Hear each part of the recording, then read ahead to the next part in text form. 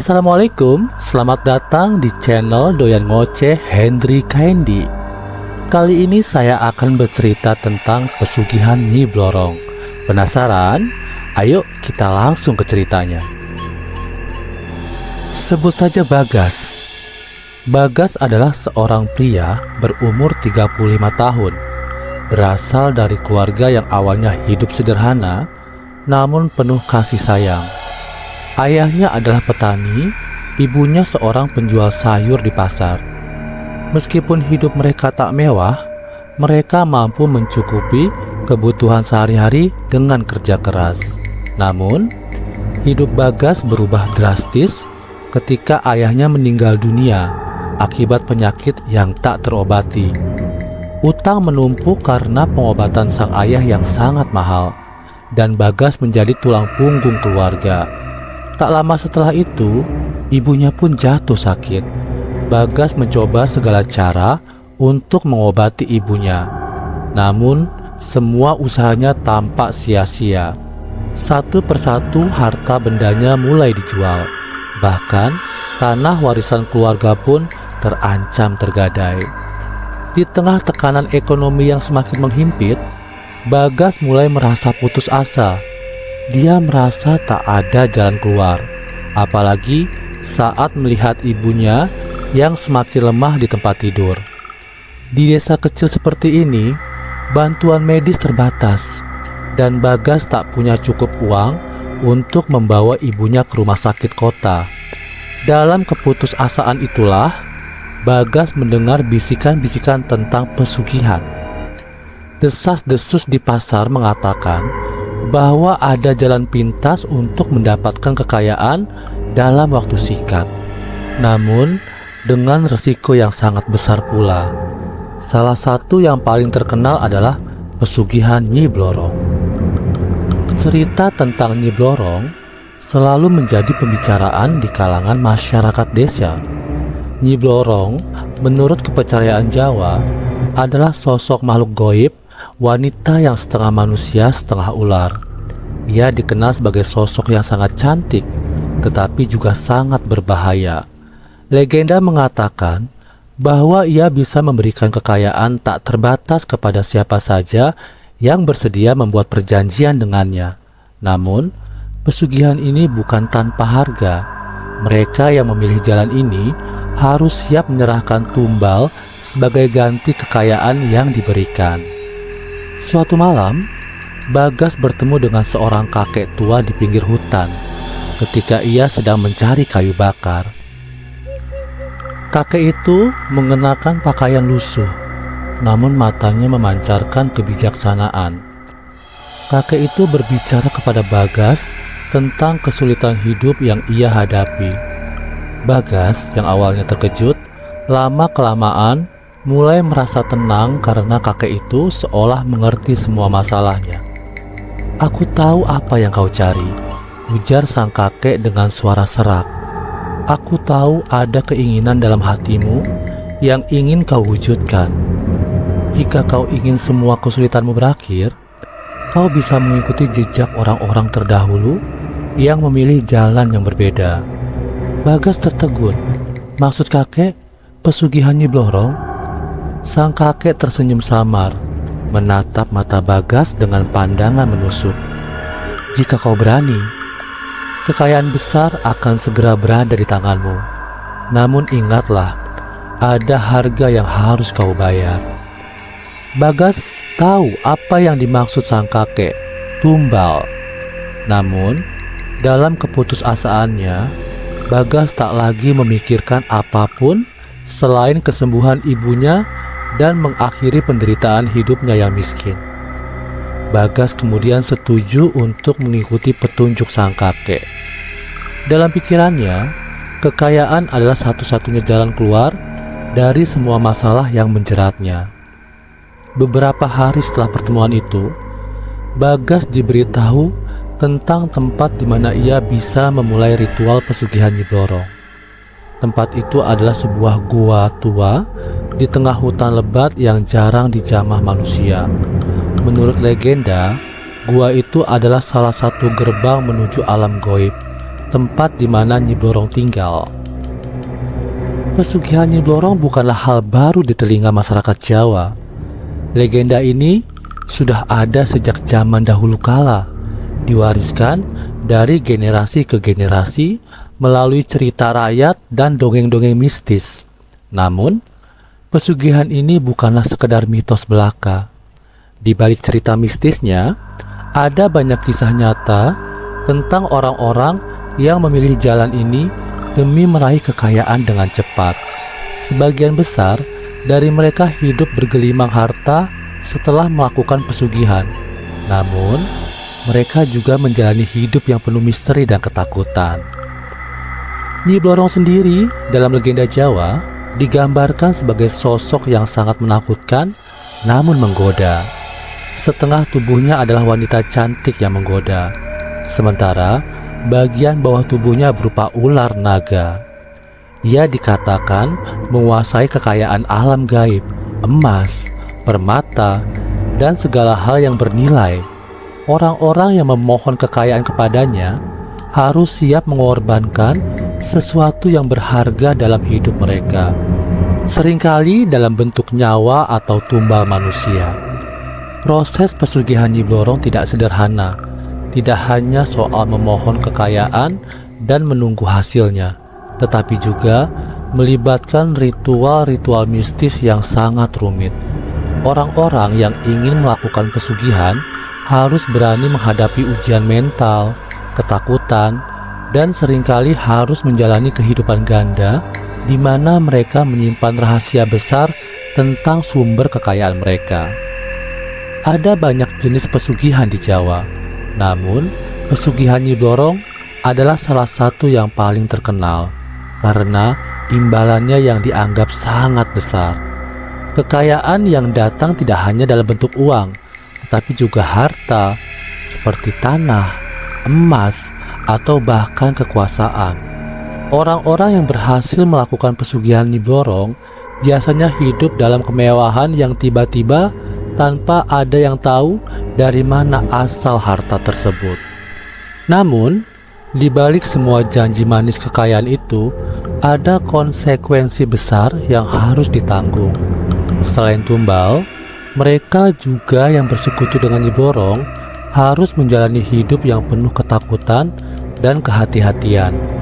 Nyi Blorong dikenal sebagai sosok yang tidak segan-segan menagih janji jika seseorang melanggar perjanjian.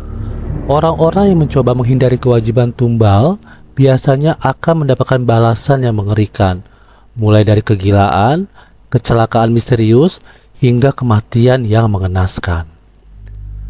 Ritual pesugihan Nyi Blorong bukanlah hal yang bisa dilakukan sembarangan. Ada beberapa tahapan yang harus dilewati oleh mereka yang ingin mendapatkan kekayaan dari sang ratu ular ini. Pertama-tama, orang yang berniat melakukan pesugihan harus menemukan seorang dukun atau paranormal yang benar-benar memahami ilmu gaib dan memiliki hubungan dengan Nyi Blorong. Paranormal tersebut bertindak sebagai perantara antara manusia dan makhluk gaib.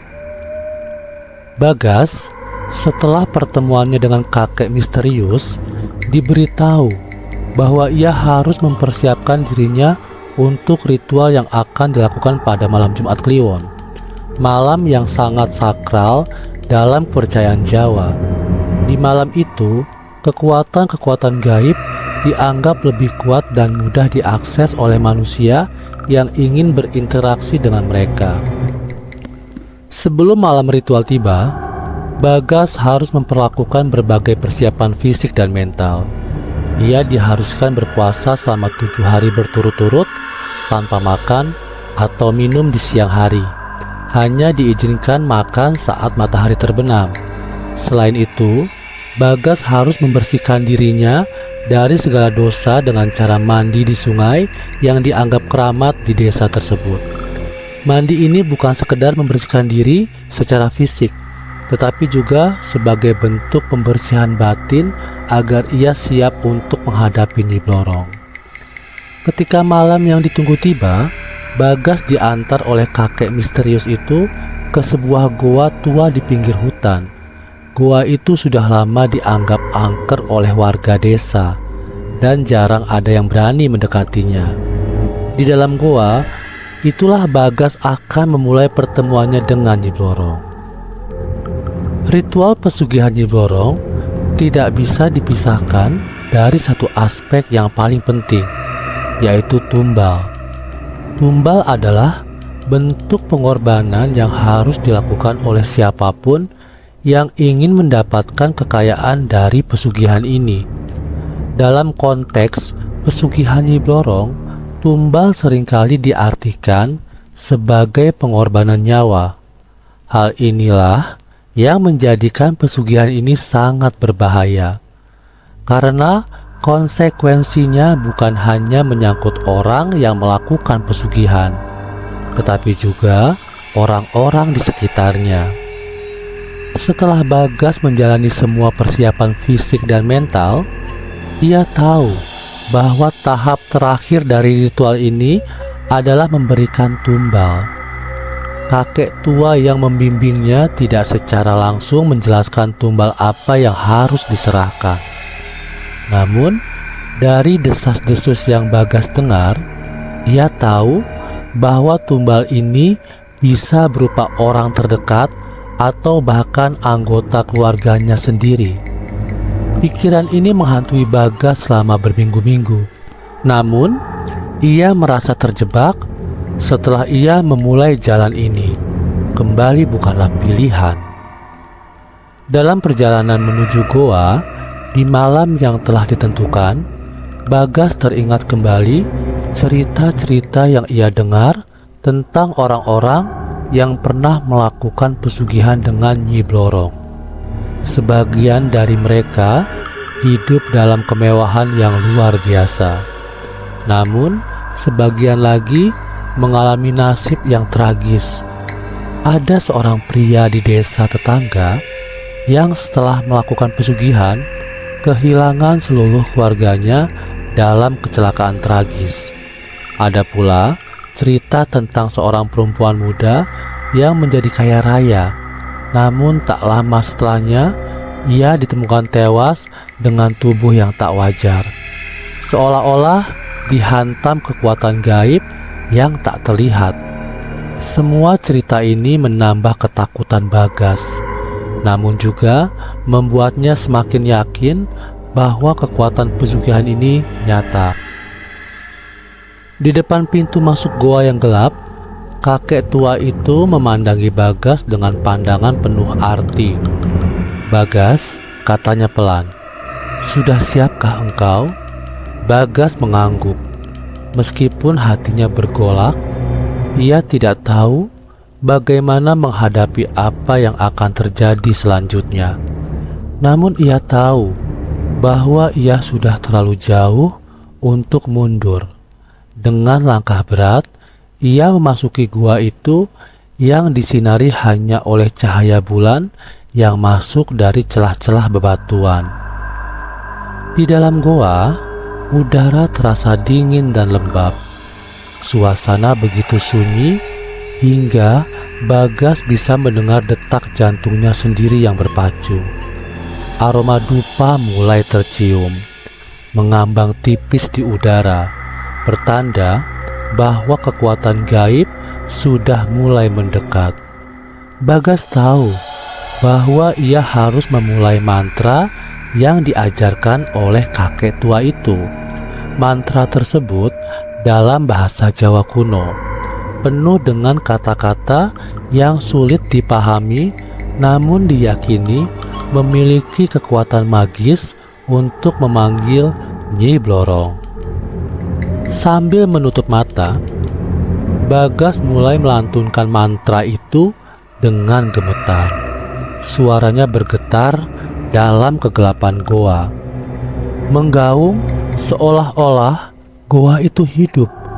Setelah beberapa menit melantunkan mantra, udara di sekitar Bagas tiba-tiba berubah. Suara desis halus mulai terdengar, seperti suara ular yang bergerak di atas tanah. Perlahan-lahan, sosok Nyi Blorong muncul dari kegelapan goa. Setengah tubuhnya adalah wanita cantik dengan rambut hitam panjang yang terurai. Sementara bagian bawah tubuhnya berbentuk ular besar dengan sisik mengkilap berwarna hijau jamrud. Matanya memancarkan sinar hijau yang menakutkan namun menggoda. "Bagas," suara Nyi Blorong terdengar halus namun tegas. "Apakah kau sudah siap memberikan tumbalmu?" Bagas berlutut di hadapan Nyi Blorong. Seluruh tubuhnya gemetar ketakutan. Ia tahu bahwa inilah saatnya. Namun, siapa yang harus menjadi tumbal? Bagas terdiam sejenak. Pikirannya berputar-putar dalam kebingungan. Ia teringat ibunya yang sedang sakit di rumah. Seorang wanita tua yang sekarat dan mungkin tak punya banyak waktu lagi. Apakah ibunya yang harus menjadi tumbal? Disinilah dilema besar pesugihan Nyi Blorong terletak. Orang yang melakukan pesugihan ini harus memilih antara kekayaan yang luar biasa atau kehilangan sesuatu yang sangat berharga dalam hidupnya. Tumbal bisa berupa orang terdekat, namun ada pula yang mengatakan bahwa jika seorang beruntung, tumbal tersebut bisa diambil dari orang lain yang tidak kita kenal, selama ritual dan niat dilakukan dengan cara yang benar. Namun, Nyi Blorong bukanlah sosok yang suka menunggu. "Bagas," ia berkata lagi dengan suara yang lebih dalam, "jika kau ingin kekayaan, kau harus siap memberikan tumbal yang setara. Kekayaan bukanlah hadiah cuma-cuma." Bagas semakin merasa terdesak. Nyi Blorong melingkarkan ekor ularnya di sekeliling tubuh Bagas, membuatnya semakin sulit bernapas. "Pilihlah," bisik Nyi Blorong, "kau hanya punya satu kesempatan." Dalam keadaan panik, Bagas akhirnya membuat keputusan yang paling sulit dalam hidupnya. "Ambil ibuku," katanya dengan suara pelan namun jelas. Matanya berlinang air mata. "Ambil ibuku sebagai tumbalnya." Tiba-tiba, ruangan di dalam gua berubah. Suara angin menderu terdengar, dan Nyi Blorong tersenyum puas. "Kekayaan akan datang kepadamu, Bagas. Namun ingat, tumbal harus dikorbankan segera." Setelah ritual selesai, Bagas berjalan pulang dengan hati yang hancur. Ia tahu bahwa hidupnya akan berubah selamanya. Namun, ia juga sadar bahwa ia baru saja mengorbankan nyawa ibunya demi kekayaan yang belum ia miliki. Pikiran itu menghantuinya sepanjang perjalanan pulang. Namun, ia tidak bisa kembali. Bagas telah memilih jalan yang penuh dengan kegelapan, dan ia harus siap menanggung semua konsekuensinya. Keesokan harinya, Bagas menemukan ibunya telah meninggal dunia di tempat tidurnya.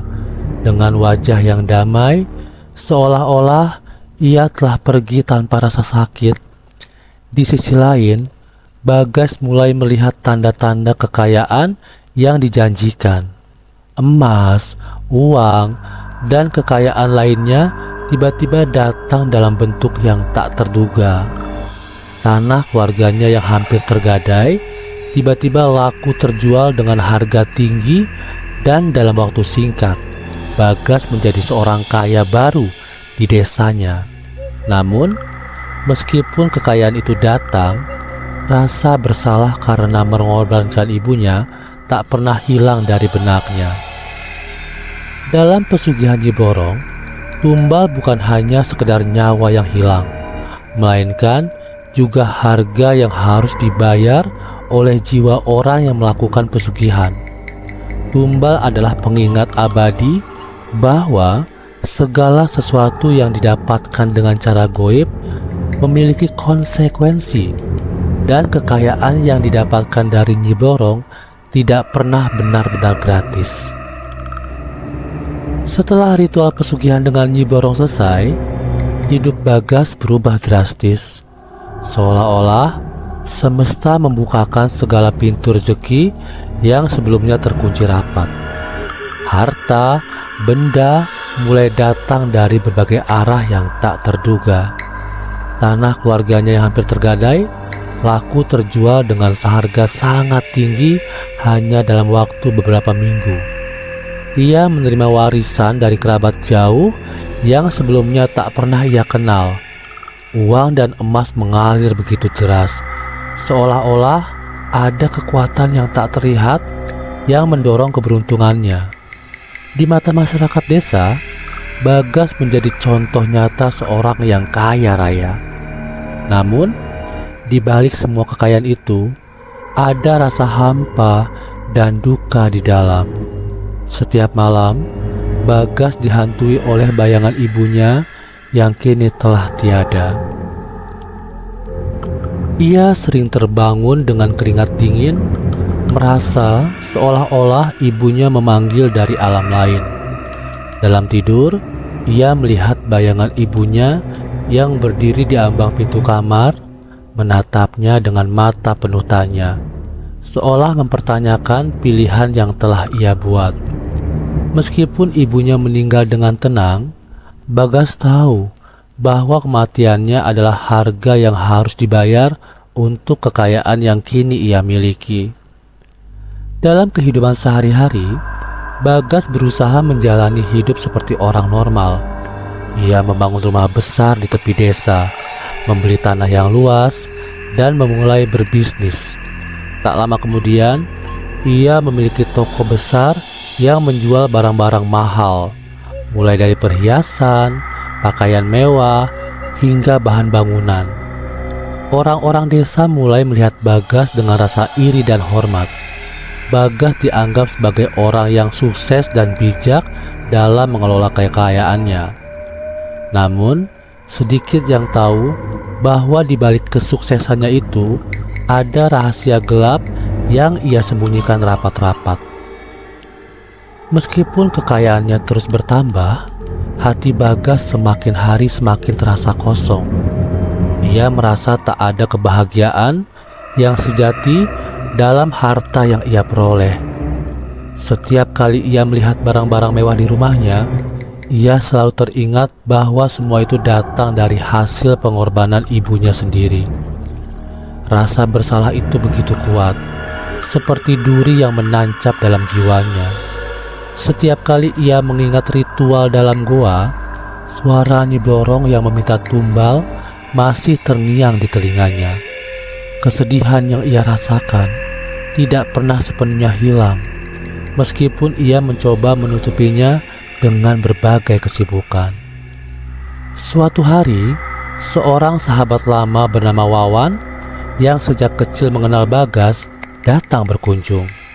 Wawan adalah seorang yang sederhana, bekerja sebagai petani, dan selalu hidup dalam batas-batas kemampuan finansial yang pas-pasan.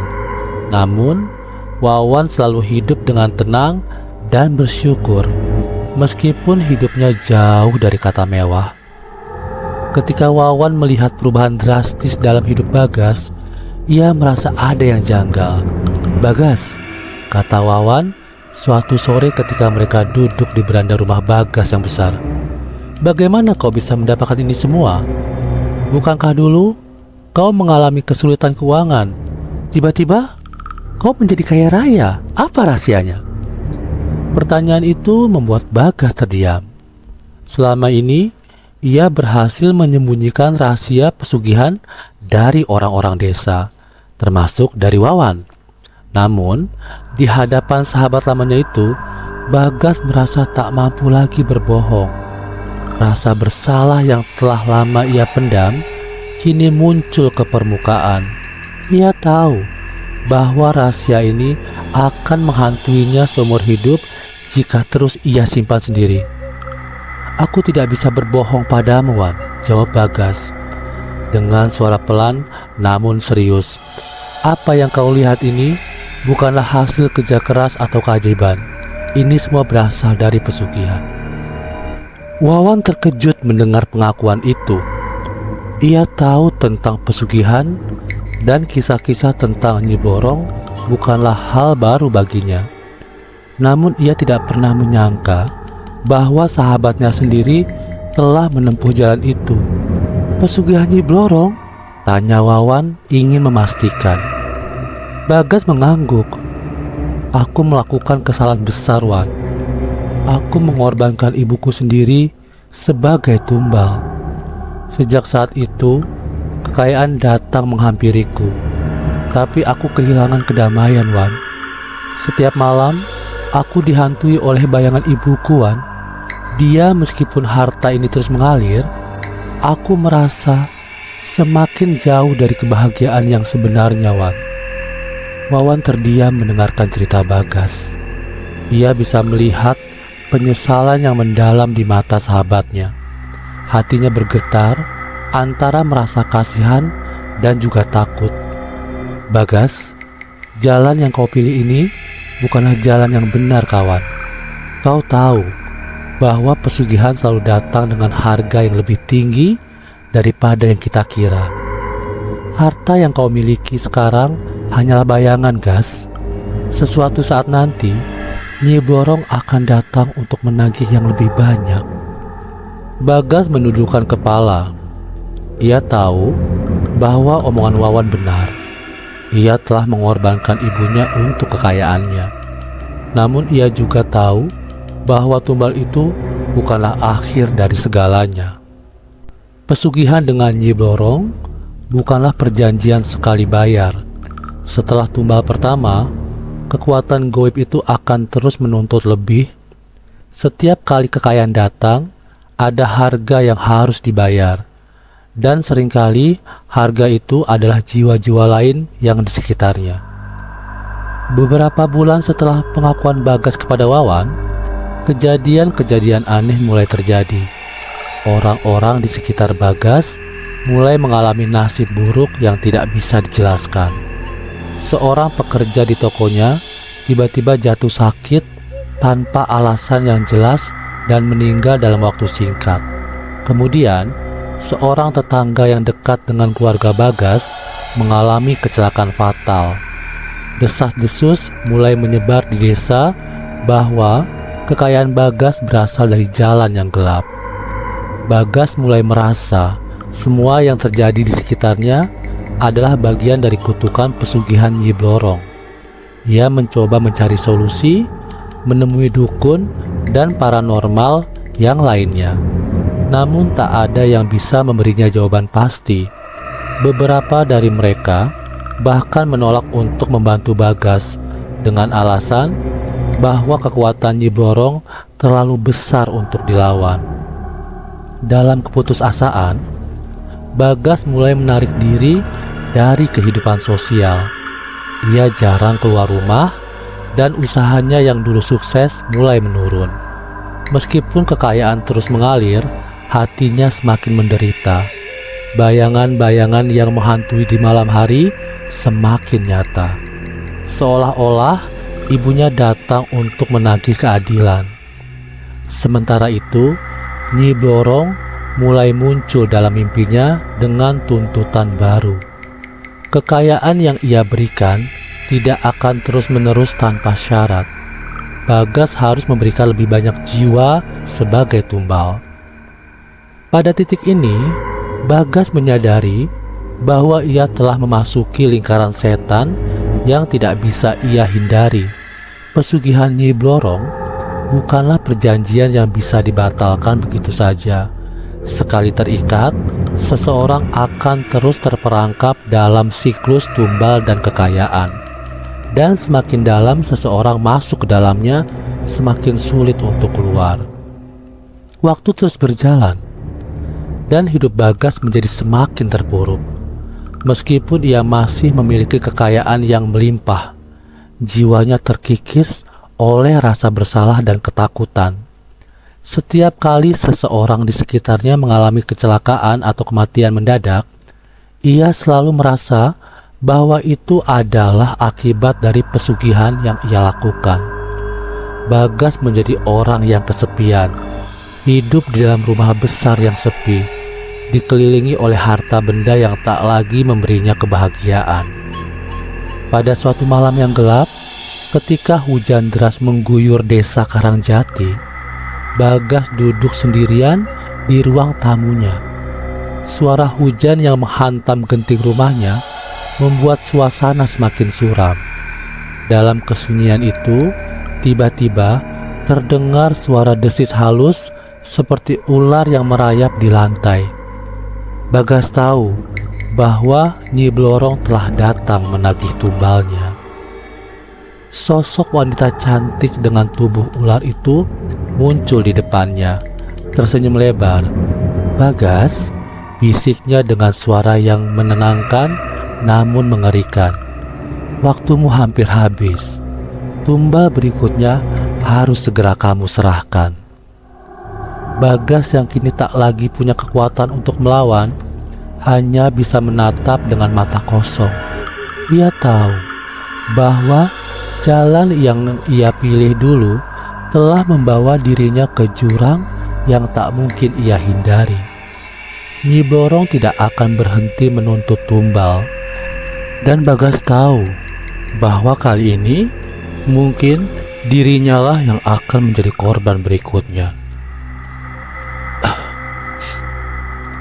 Hujan deras mengguyur desa Karangjati tanpa henti. Malam itu terasa lebih gelap dan sunyi daripada biasanya.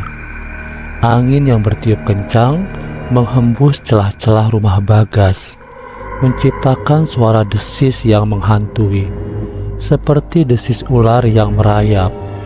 Sejak pertemuannya terakhir dengan Nyi Blorong, Bagas hidup dalam ketakutan yang tak berkesudahan. Ia tahu bahwa waktunya semakin menipis. Janji yang ia buat dengan Nyi Blorong semakin mendekati batas waktu. Ia harus menyerahkan tumbal berikutnya. Namun ia tidak mampu memilih siapa yang akan dikorbankannya. Di ruang tamunya yang luas dan mewah, Bagas duduk terdiam di kursi dengan pikiran kacau. Kekayaannya masih melimpah, tetapi baginya semua harta itu tidak berarti apa-apa. Apalagi di setiap sudut rumah ia merasa seolah-olah ada mata yang mengawasinya. Bukan hanya bayangan ibunya yang masih menghantuinya, tapi juga kehadiran Nyi Blorong yang semakin sering muncul dalam mimpinya. Setiap kali Bagas tidur, ia merasakan kehadiran makhluk gaib itu mendekat, menuntut jiwanya dengan senyum penuh amarah. Malam ini, suara desis ular semakin jelas terdengar di telinga Bagas, seolah mengisyaratkan sesuatu yang buruk akan terjadi. Udara di dalam rumahnya semakin dingin, dan detak jantung Bagas semakin cepat. Ia tahu bahwa Nyi Blorong akan datang lagi. Kali ini ia datang bukan untuk sekedar mengingatkan, tapi menagih janji yang belum Bagas penuhi. Tiba-tiba, suara keras terdengar dari luar rumah. Angin kencang menggoyang-goyangkan pepohonan, dan kilatan petir menerangi langit malam. Bagas berdiri dari kursinya. Dengan tubuh gemetar, ia berjalan ke jendela, menarik tirai untuk melihat keluar, tetapi tak ada apa-apa di luar sana kecuali kegelapan pekat dan hujan yang tak henti-hentinya. Namun di dalam hatinya, Bagas tahu bahwa sesuatu sedang mendekat. Perlahan, pintu depan rumah Bagas berderit terbuka dengan sendirinya. Udara dingin dan lembab masuk ke dalam rumah, dan suasana menjadi semakin mencekam. Bagas membeku di tempatnya, tak berani bergerak. Dari balik bayangan, sosok Nyi Blorong muncul. Wajahnya tetap cantik dengan senyum yang menakutkan. Tetapi kali ini matanya memancarkan kemarahan yang jelas. Tubuh bagian bawahnya yang berbentuk ular merayap di lantai, menghasilkan suara desis yang menggetarkan hati. "Bagas," suara Nyi Blorong terdengar tajam namun lembut, seperti pisau yang menorehkan luka halus di hati Bagas. "Sudah waktunya, Bagas. Mana tumbal yang kau janjikan untukku?" Bagas menelan ludah. Tubuhnya gemetar hebat. Aku belum bisa, Nyai," jawabnya dengan suara lemah. Aku belum menemukan siapa yang bisa kukorbankan." Amarah terlihat jelas di wajah Nyi Blorong. Senyumnya memudar, digantikan oleh ekspresi dingin yang menakutkan. "Bagas, kau sudah tahu konsekuensinya. Kekayaan yang kau nikmati tak datang tanpa harga. Kau telah berjanji padaku untuk memberikan tumbal berikutnya, dan kau belum memenuhi janjimu." Bagas mundur selangkah, napasnya tersengal-sengal. Tolong beri aku lebih banyak waktu, Nyai," pintanya Bagas. Suaranya terdengar putus asa. Aku tidak bisa memilih siapa yang harus mati." Nyi Blorong memandangnya dengan tajam. "Waktu yang kau minta sudah habis, Bagas. Kau sudah diberi kesempatan, tapi kau tak memanfaatkannya. Kau pikir dengan menunda-nunda kau bisa lari dari tanggung jawabmu?" Suara Nyi Blorong semakin keras, memenuhi seluruh ruangan dengan aura ancaman yang tak bisa ditolak. Bagas tersungkur di lantai, memohon belas kasihan. "Tolong, Nyai, tolong. Aku akan melakukannya. Aku akan memenuhi janjiku. Tapi beri aku lebih banyak waktu, Nyai." Nyi Blorong bergerak mendekati Bagas. Ekornya yang besar melingkar di sekitar tubuh Bagas, membuatnya terperangkap seperti tikus dalam genggaman ular. "Bagas, kau telah melangkah terlalu jauh. Kekayaan yang kau miliki bukanlah hadiah cuma-cuma. Aku telah memberimu apa yang kau inginkan, dan kini aku menuntut janjimu." Desis Nyi Blorong semakin keras. Cahaya matanya berubah menjadi merah menyala, memancarkan kebencian yang mendalam. "Kau pikir aku bisa dibohongi, Bagas? Kau pikir aku tak tahu bahwa kau sengaja menunda-nunda tumbal untukku?" Bagas merasa seolah-olah dunia runtuh di sekitarnya. Ekor Nyi Blorong semakin erat melingkari tubuhnya, membuatnya sulit bernafas. Wajah Nyi Blorong kini begitu dekat dengan wajah Bagas. Matanya menyala penuh kemarahan. "Kekayaan ini bukan milikmu tanpa konsekuensi, Bagas. Setiap keping emas, setiap lembar uang yang kau terima datang dengan harga yang harus kau bayar dengan nyawa. Dan kau berani menghindar dari kesepakatan kita." Bagas tak menjawab. Napasnya tersengal-sengal, matanya melotot ketakutan. Ia tahu bahwa tidak ada lagi jalan keluar. Nyi Blorong bukanlah makhluk yang bisa dibujuk atau dipermainkan. Ia adalah kekuatan gaib yang memiliki kendali penuh atas jiwa manusia yang berani mengikat perjanjian dengannya. Sambil terus melingkari tubuh Bagas, Nyi Blorong berkata, "Jika kau tak bisa memberikan tumbal, maka kau akan kehilangan semuanya. Tidak hanya harta, tetapi juga hidupmu. Kau akan menjadi milikku selamanya, terperangkap dalam dunia kegelapan di mana tak ada yang bisa menyelamatkanmu."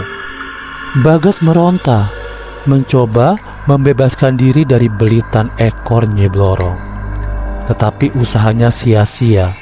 Ia terperangkap dan rasa takut yang luar biasa menyelimuti seluruh tubuhnya. Tolong beri aku kesempatan, Nyai," teriaknya. Air mata mengalir deras di pipinya. Namun Nyi Blorong tak bergeming. Wajahnya penuh amarah, dan ia tahu bahwa Bagas tak bisa dipercaya lagi.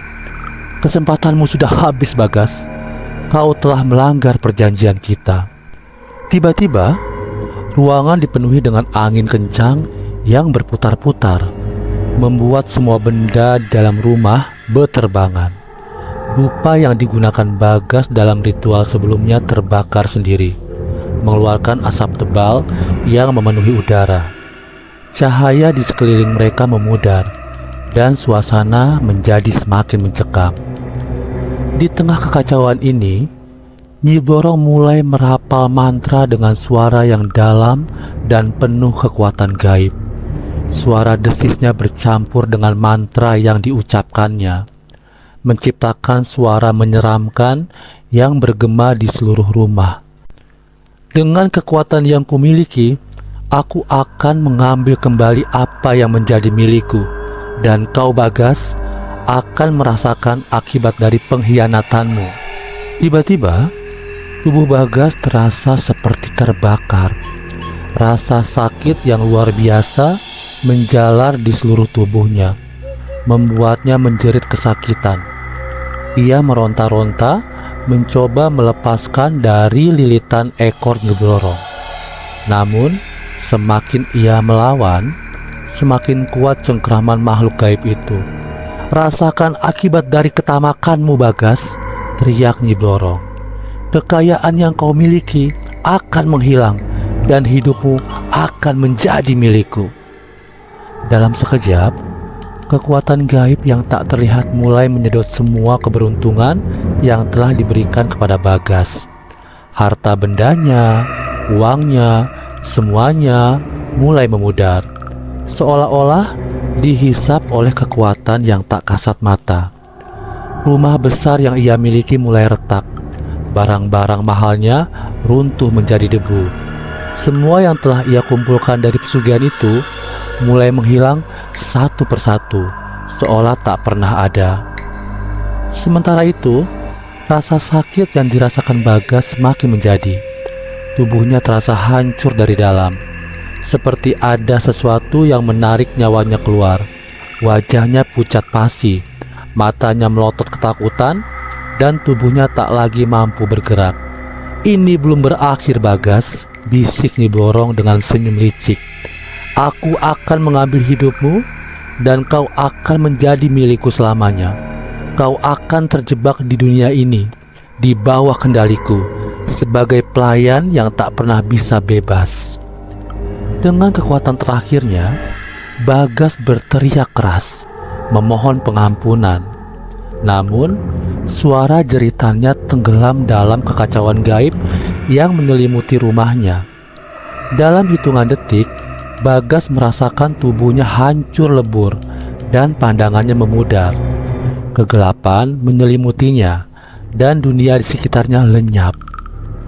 Di tengah ruangan yang hancur, Nyi Blorong berdiri tegak, senyum puas terpancar dari wajahnya.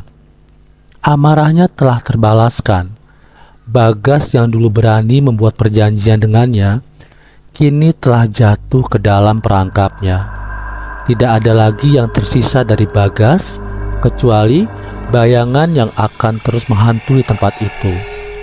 Sebuah peringatan bagi siapa saja yang berani menempuh jalan persugihan tanpa menyadari harga yang harus mereka bayar. Nyi Blorong menghilang dalam gelap, meninggalkan rumah yang kini hancur, dan Bagas yang tak lagi ada dalam wujud manusia. Semenjak kejadian itu, tak pernah ada yang melihat Bagas lagi. Rumah megah yang pernah menjadi simbol kemewahan di tepi desa itu kini kosong, penuh debu, dan mulai ditumbuhi ilalang.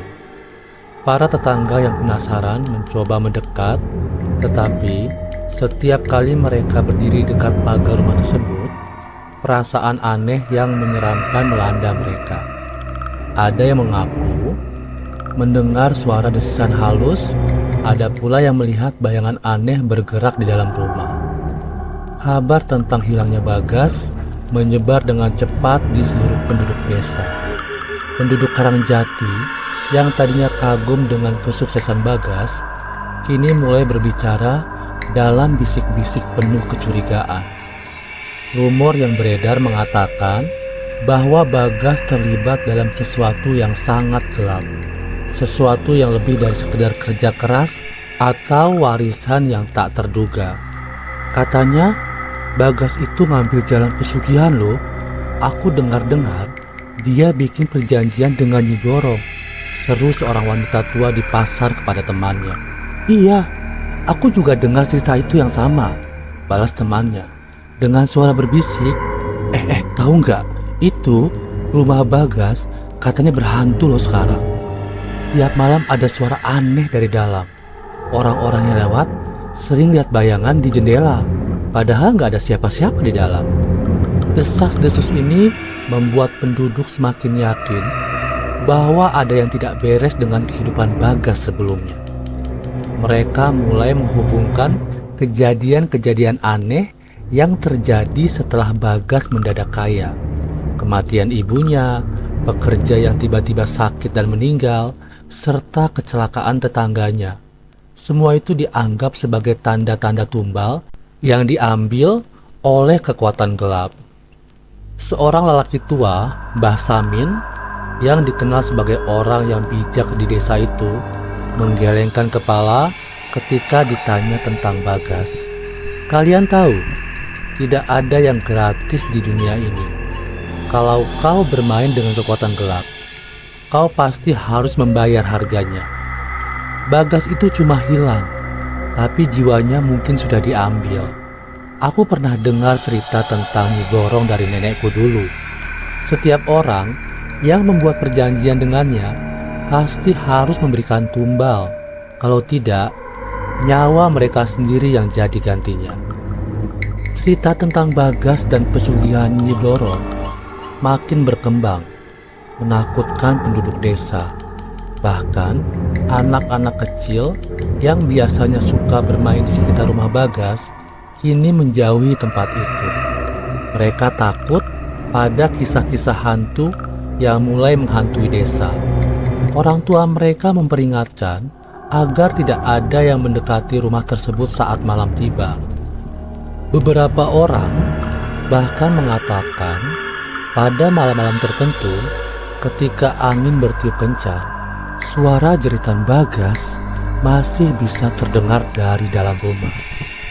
Ada satu kejadian yang membuat desas-desus itu semakin kuat. Suatu malam, seorang pria muda bernama Sardi yang terkenal berani mencoba memasuki rumah Bagas, ingin membuktikan bahwa semua cerita itu hanyalah tahayul. Ia membawa sebatang obor dan masuk ke dalam rumah yang sudah lama kosong itu. Para penduduk desa hanya bisa melihat dari kejauhan, menunggu apa yang akan terjadi. Namun, setelah beberapa saat, Sardi berlari keluar dari rumah dengan wajah pucat pasi. Ketakutan, tanpa sepatah kata pun, ia langsung berlari menuju rumahnya dan mengunci diri di dalam kamar. Keesokan harinya, Sardi ditemukan menggigil ketakutan dan tidak mau berbicara dengan siapapun. Ketika akhirnya dia bisa berbicara, ia bercerita bahwa saat berada di dalam rumah Bagas, ia melihat bayangan besar berbentuk ular melingkar di tengah ruangan, dan di depannya berdiri sosok wanita cantik dengan mata merah menyala. Wanita itu memanggil nama Bagas berulang kali dengan suara yang penuh kemarahan. Sardi tak tahan melihat pemandangan itu, sehingga ia melarikan diri dengan jantung berdebar. Sejak kejadian itu, tidak ada seorang pun berani mendekati rumah Bagas. Beberapa ketua desa mencoba memanggil dukun untuk membersihkan tempat itu dari kekuatan jahat. Tetapi semua usaha tampak sia-sia. Rumah itu tetap seperti sebuah makam yang mengerikan, dihuni oleh bayangan gelap yang tidak bisa diusir. Penduduk desa hanya bisa berbisik-bisik tentang apa yang sebenarnya terjadi pada Bagas. Beberapa percaya bahwa Nyi Blorong telah mengambil nyawa Bagas sebagai gantinya, karena ia gagal memberikan tumbal yang ia janjikan. Yang lain berpendapat bahwa Bagas masih terjebak dalam dunia gaib, menjadi pelayan Nyi Blorong selamanya, tak bisa kembali ke dunia manusia. Bagas mungkin tidak pernah benar-benar pergi, bisik seorang pria warung kopi. Dia masih di sini, hanya saja kita tidak bisa melihatnya. Jiwanya terperangkap oleh Nyi Blorong, dan dia akan terus berada di sana, di dalam rumah sampai akhir zaman. Rumor semakin liar dari hari ke hari, membuat cerita tentang Bagas menjadi cerita gelap di desa Karangjati. Orang-orang yang lewat di depan rumah itu hanya bisa menundukkan kepala, berdoa dalam hati agar tidak ada lagi yang terjebak dalam jalan kelam seperti Bagas. Hingga bertahun-tahun kemudian, rumah Bagas tetap berdiri kosong, ditumbuhi semak belukar dan menjadi lambang ketamakan serta akibat dari berurusan dengan kekuatan gaib. Nama Bagas perlahan-lahan jadi bagian cerita horor yang diceritakan dari generasi ke generasi, sebagai peringatan bagi siapapun yang berani bersekutu dengan makhluk gaib demi kekayaan. Oke, terima kasih sudah menonton ya. Ingat, jangan lupa subscribe ya, agar saya lebih semangat lagi dalam menyajikan konten-konten tentang cerita horor dan misteri lainnya. Wassalamualaikum warahmatullahi wabarakatuh.